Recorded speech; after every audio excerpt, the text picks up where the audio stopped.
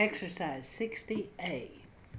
We're going to discuss I will tell you the type of condition and the various ways that you may translate it. Number 1 in 60A. I see, man sisset, pluperfect subjunctive, fecissent, pluperfect subjunctive. I recognize it is an imaginary condition in past time. Man sisset means remain. Fecissent ipetum is, of course, is making attack. Did Caesar stay in camp? No. Did the Gauls make an attack? No. If Caesar had stayed in camp, the Gauls would not have made an attack. A condition, imaginary condition in past time. If Caesar had stayed, the Gauls would not have made. Sentence number 2, we have present subjunctive, maneant, and faciant, likewise present subjunctive. Thus we have an imaginary condition in future time. This means that it is possible, but not very likely at all, that Caesar will remain in camp, and possible, but not very likely, that the Gauls will make an attack. So, if Caesar were to remain in camp, the Gauls would not make an attack. But very iffy condition, we could call it. We might call, as a matter of fact, your future imaginary an iffy condition, very iffy. Sentence number 3, transfixum esset, pluperfect subjunctive. Usus esset, pluperfect subjunctive. Passive voice, but that doesn't matter. It's pluperfect and it's subjunctive. Thus we have a condition imaginary in past time. We know from the form of the verbs. If Pulo's shield had not been pierced by the weapon, he would have used his sword. This is the only pattern that is acceptable for these sentences. This is the kind that you hear, if he would have done this, something else would have happened. Don't use that. If the shield had not been transfixed by the weapon, he would have used his sword. Your would have comes in your apodosis. In the protasis, the first clause, the if clause. It must be if he had done thus and such. Next one. Oh, piffle.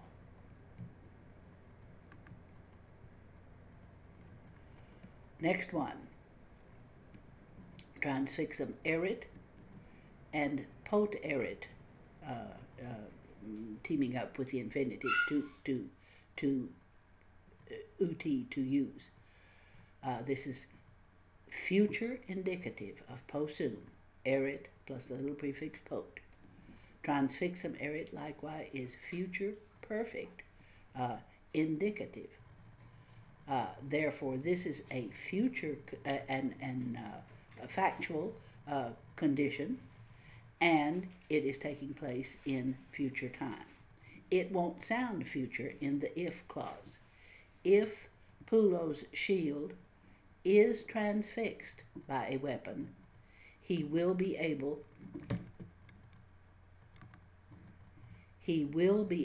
to use his sword.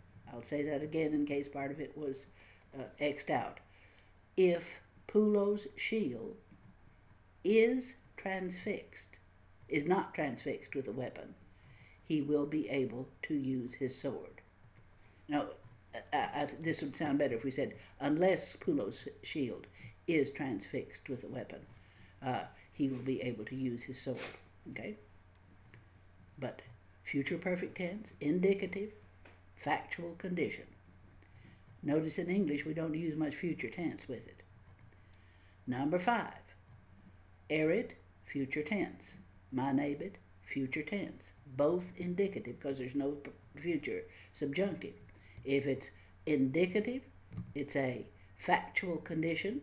Obviously, if it's future time, it's taking place in future time. Vorenus, if he is wise, will remain within the stockade. Notice again, in Latin it says if he will be wise or prudent. In English we will say if he is prudent, he will stay within the wall, the stockade.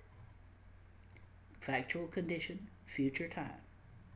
Number 6, fuicit, good old pluperfect subjunctive. Mancicit, good old pluperfect subjunctive.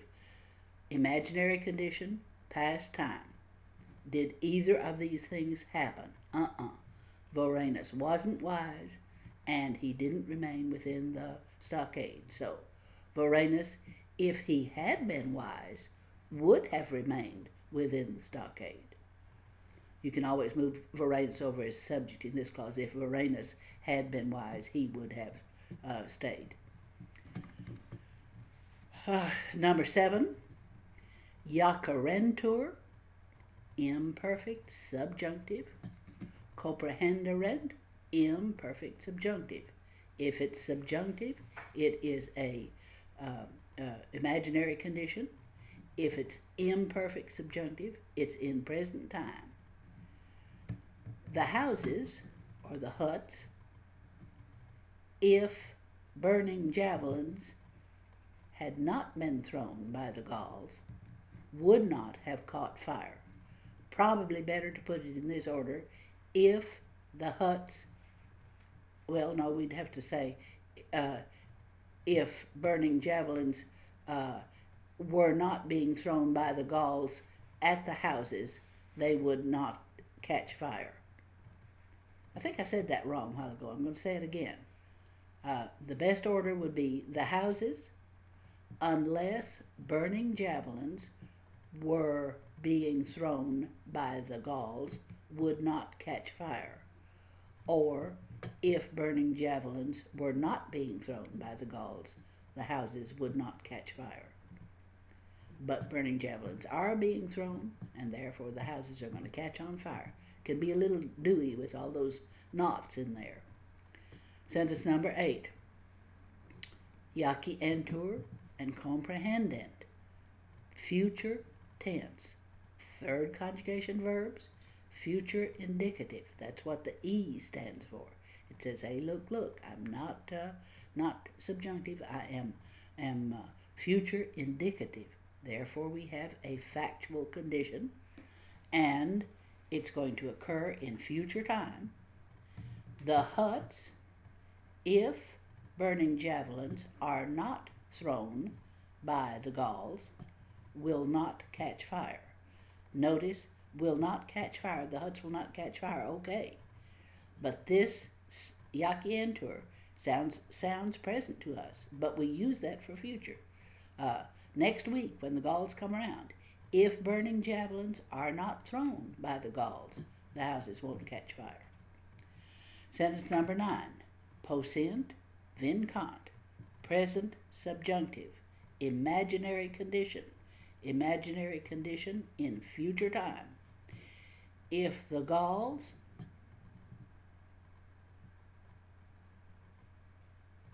were to be able to climb the wall with the aid of the camp with ladders, they would conquer the Romans. Remote possibility. I don't think they can climb them. If the Gauls were to be able to climb the wall of the camp, they would conquer the Romans. Very iffy. Sentence number 10, though, has potuissent, vicissent, pluperfect subjunctive again. Imaginary condition, past time. If the Gauls had been able to climb the wall of the camp with ladders, they would have conquered the Romans. I'll have to stop there because they won't record if it's more than 10 minutes.